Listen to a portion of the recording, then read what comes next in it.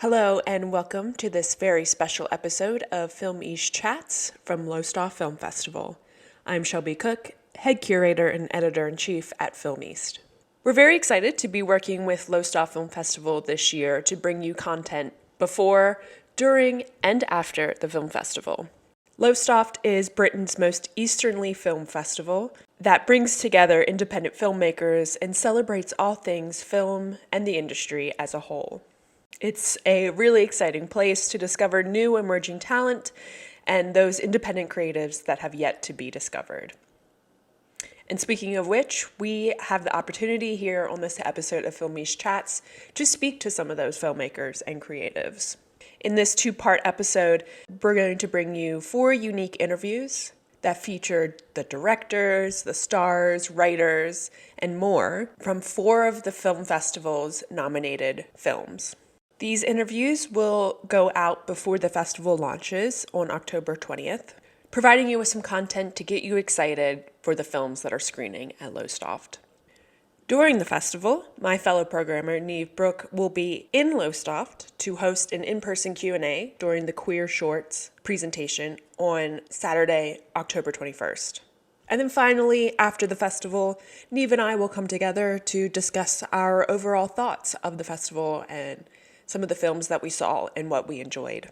So do please enjoy this special episode featuring interviews from the creative teams behind the short films Jigging, Typical, I Am Light, and Beyond Desire. For our first interview, I'm really excited to talk to the creative team behind the short film Jigging. Jigging is the story of a homeless woman who's fishing on a pier and must make a vital decision for her survival. It's based on the writer's true experience of homelessness and is part of the Break the Stigma strand at Lowestoft for very obvious reasons. Because of its focus on homelessness and its discussion of something that is very often not spoken about in film, it really embraces the theme of that strand. In this interview, I'm talking with Emma Zadow, who is the writer and star of the film, as well as the director of photography, Alex Shipman. It was really great talking with these two as they had great insight not only into the themes that are present within the film, but also about the creation of the film. Anyone who's interested in narrative, both written and visually, will find this discussion very interesting. Can we start off kind of discussing what the film is about and how it came about, how it was made? So, Emma, I think you are more of the development process, so we'll start with you. And then Alex, maybe about how you got involved in the project. It came about through the BBC New Creative Scheme. I applied and was lucky enough to be selected based on this idea, and I approached them directly with the script itself in place. It wasn't just an idea, and it's a monologue micro short film, I'd say, about a homeless woman who is fishing on a pier and must make a vital decision on that night. And it's like semi-spoken word, dramatic monologue. And the monologue originally came about because I was just experiencing a lot of solitude and also homeless experience during the pandemic. But what is that actually like for a woman outside of London? Because I feel like representation of this issue is mainly London-based or Manchester-based, and there's a whole diaspora of experiences beyond urban settings with this issue. Yeah, that's definitely really interesting. Giving the representation to different areas throughout Britain that don't normally get represented on screen, because we're working on a project right now where we're trying to get films that are focusing on areas outside of the big metropolitan areas. So Alex, how did you get involved in this project? Yeah, so me and Emma are quite long-term collaborators now, so we're always sort of looking for projects to do together. And she sent me the script, and it's sort of like there's always a lot of, even with like monologues and dialogue, there's always a lot of like interesting visual things with Emma's script. So I just felt like, the idea came that she should be like interacting with her environment and things. So that's why we kind of spoke about having the lights flicker as she got angry and go red, and just starting to chat about those sort of like cinematic ways of bringing the story together. I'm also was really interested in the projects. My main work is as a documentary filmmaker, so I do like participatory documentaries with people with lived experience in homelessness and also throughout the prison systems and things like that. So it was sort of definitely still a project that I was super interested in, and I was excited to collaborate with Emma on it. She can't get rid of me now. Yeah. I think the film that you two put together is really very beautiful for the very small amount of time that it actually runs for. I personally really love visual poetry, and I think having that visual element to poetry, because I'll admit I'm not the best at understanding poetry, so I think adding that visual element really helps me, and I know some other people who perhaps aren't very poetry knowledgeable. It helps us better understand like the emotions of the characters and what exactly the words are emphasizing. So I was very excited by the rhythm that is presented with the words and how the visuals kind of connect to it. So I think the first question that I want to ask is, which came first? I think, Emma, you mentioned that you had a script already written, but did you perhaps maybe envision a poem first and then think, well, this would make a good visual film, or was it always, this was always going to be a film? I think poetry gets a really bad rep in terms of it being, I'm paraphrasing, like wishy-washy, something you have to do in school. No one understands it, and it's usually by some white guy that's been dead for 200 years. Yeah. And I feel like that's not really my relationship with spoken word, because I feel like this film is spoken word as opposed to written poetry. Written poetry has like visual imagery, but spoken word, especially when you go to like scratch nights or open mic nights, there's such a strong sense of rhythm and also a sense of identity. And poetry on screen can actually get a lot closer to the heart of the film rather than through dialogue sometimes. And I think the visual like imagery in the film was more of a collaboration between me and Alex, because she came up with a lot of the visual imagery associated with the words, and it was like a very like osmotic process, like putting the storyboard together and the shot list and that. It was very much like osmotic. It wasn't just in the application for the BBC New Creatives. It was very much like a team thing, in my opinion, anyway. I agree. Yeah, I was gonna say, Alex, can you kind of discuss, as the director of photography, can you sort of discuss how those, reading the script, how did those images pop into your head, and how did you translate that into what eventually becomes the final film?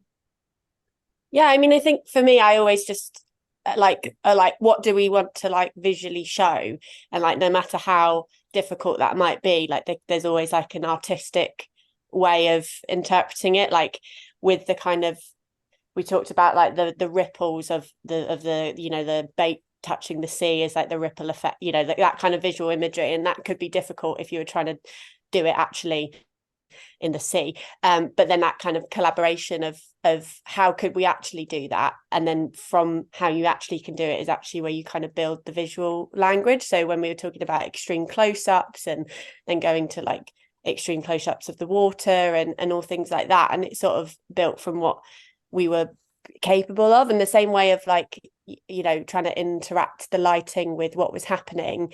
The only way to do that was to set the film at night, so we had to like switch the film to being at night, so then it made sense that street lamps were on and things like that. So it all sort of was a kind of like collaboration between what was possible and what we actually wanted to do, and just building a kind of artistic style from there. So you mentioned, Emma, that there is a little bit of like an autobiographical element to this. Was it in a way sort of cathartic to create a film about homelessness when you have in fact experienced that yourself, and how much of it in the story is related to your personal experience, if you don't mind sharing that. Yeah. Listen, no one should ever make a film or a piece of art about something they're going through as they're making the art, if that makes sense. So like, I would never write a film or a play or like a painting of something I'm going through at that, because that's just not a good idea under any circumstances. So I can say like I was in a good place when I even started thinking about writing the script. I think when you use autobiographical material, you have to be really careful about it, whether you want it to be auto-fiction or like a step-by-step exactly what happened. So there's elements of my experience in this film, but I wouldn't say it's like a carbon copy. We didn't make a documentary, you know, you have to be economical with the truth for storytelling. But yeah, I was displaced during the pandemic due to various reasons. I think hidden homelessness is a really big issue that's still affecting a lot of people in and out of London, because people don't talk about it. So when I say hidden homelessness, I mean like sofa surfing, or you're between B&Bs and you don't have like a permanent address, but you're not like primary homeless, like rough sleeping. I think that affects a lot of people between like 18 to 35, and there's not enough representation or like conversations in the public like sphere about it. So yeah, I think making this film has enabled me to like document that experience, but it's not just about like me. This is about even though, you know, it's my script and I'm, you know, performing in it or whatever, but to me it was more about representing like a female story that I hadn't seen on screen before. And if it's being screened in like Lowestoft, for example, because I'm from Norfolk, I feel more passionate about it getting out there than it being about my experience, because my experience unfortunately is not unique. Yeah. I in your like artistic statement that goes with this film, you talk about the term jigging. And I think a lot of people don't know what that term is. So can you kind of discuss what jigging is and how that relates to the film? Yeah, I have to keep saying it's not a dance film. Yeah, people would be very disappointed going in thinking that it's a fun dance film. Yeah, it's not Step Up. Like, no. Jigging is when I'm sure people. I didn't realize the name of the term until like I looked it up, but I've been doing it for years, and I'm sure loads of people have. It's when you attach like bait on the end of a line over a pier, and then you put the line over the pier, and then to catch a crab basically. And when the crab grabs it, the crab grabs it. It comes back up and it sort of jerks up as you pull the line back up, and it looks like it's dancing. So that's why they call it jigging. Well, they used to call it jigging a lot more in like 19th century, but I think people just call it crab fishing now. Why that term for the title of the film? Because I felt like it was a Norfolk word, and it was never outwardly spoken said that it is set in Norfolk, but I wanted to have that stamp of regional identity on the film in some way. And also I quite liked that oxymoron of jigging being about dancing, but also about fishing and what's at the end of the line. And that whole, like, I think there's like a saying like the dance of life and all that kind of thing, you know. I just liked that vibe of like her like making things up as she goes along and not quite, an improviser. Yeah.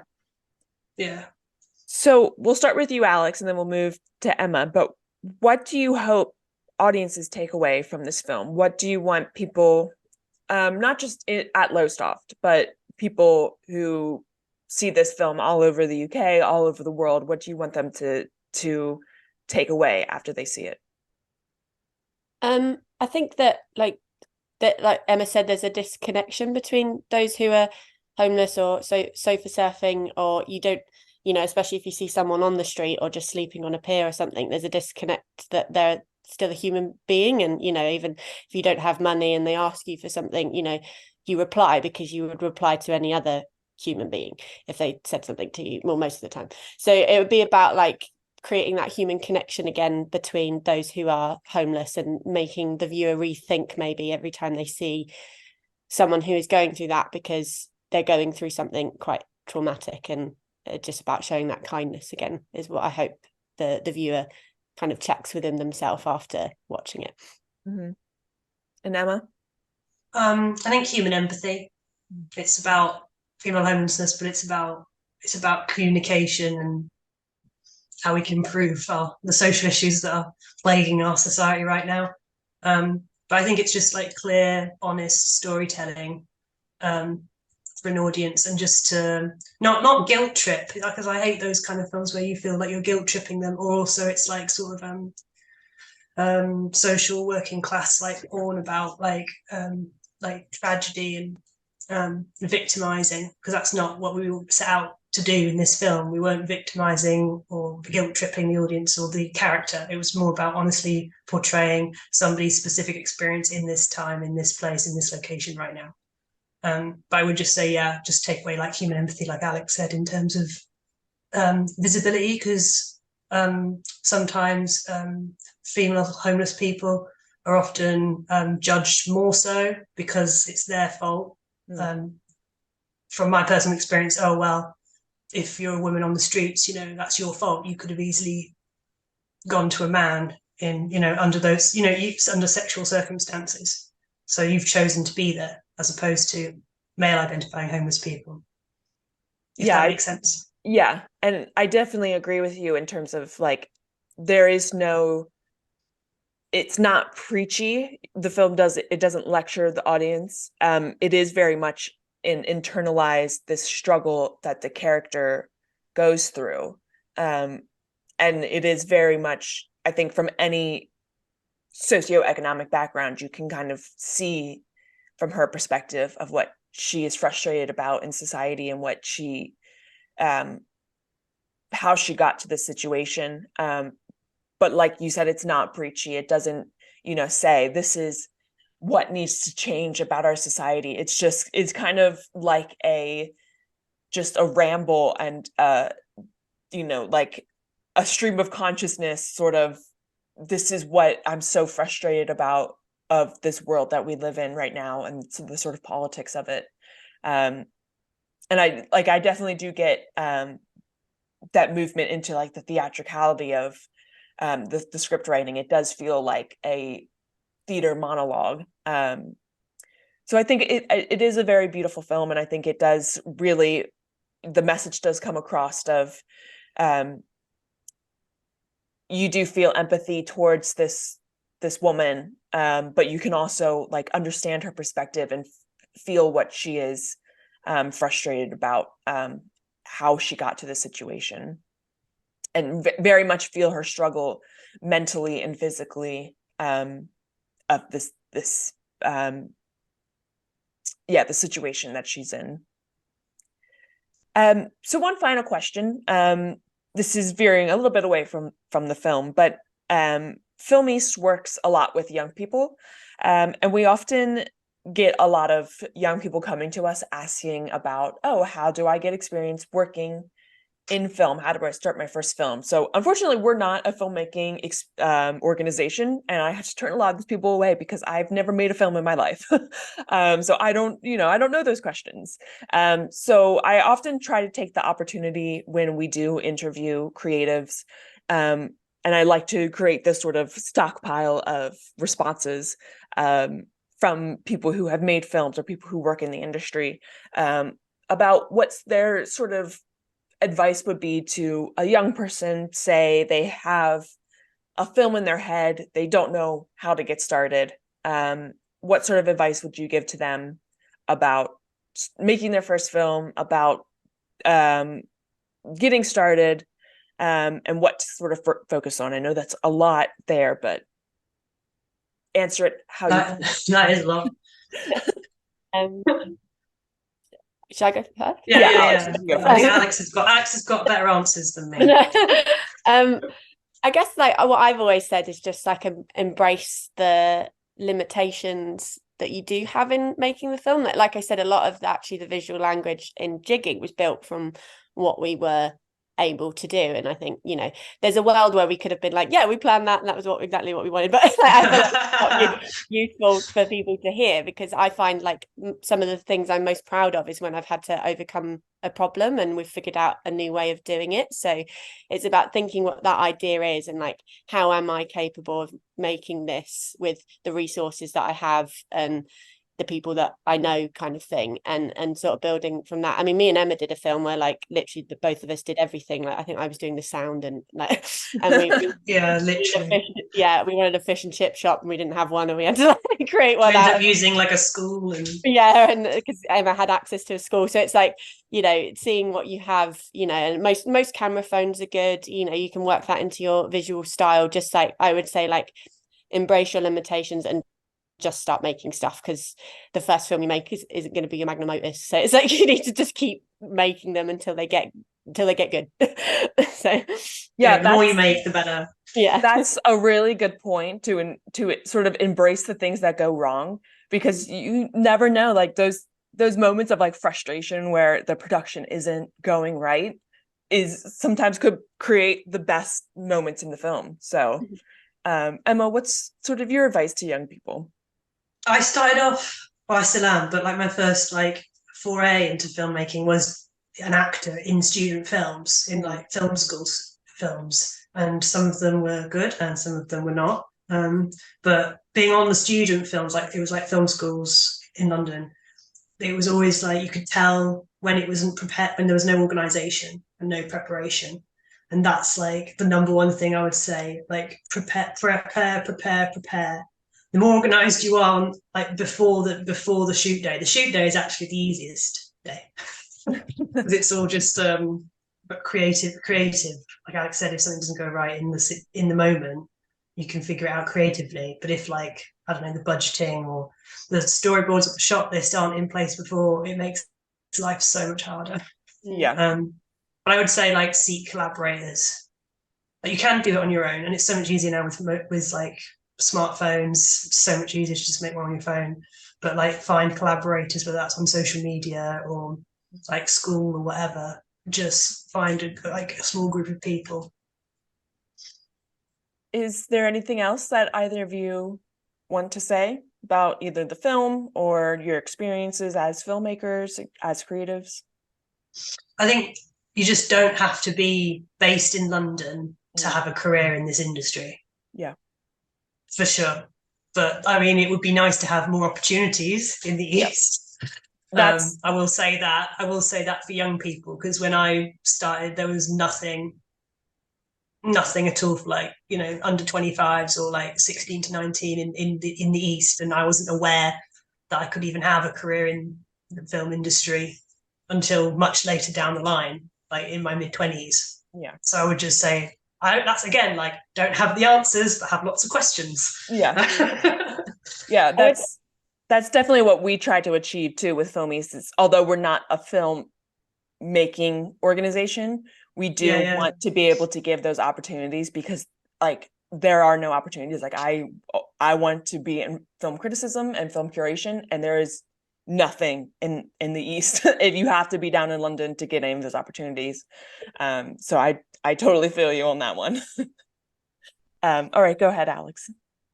I was just going to say about just I guess look at the BFI, because they're opening like the BFI Film Academy. There's a couple of those in East and things like that. So if you're a young filmmaker, and a lot of their Saturday events are coming up and down the country and are online and stuff, so they're quite good for young people to look at as well.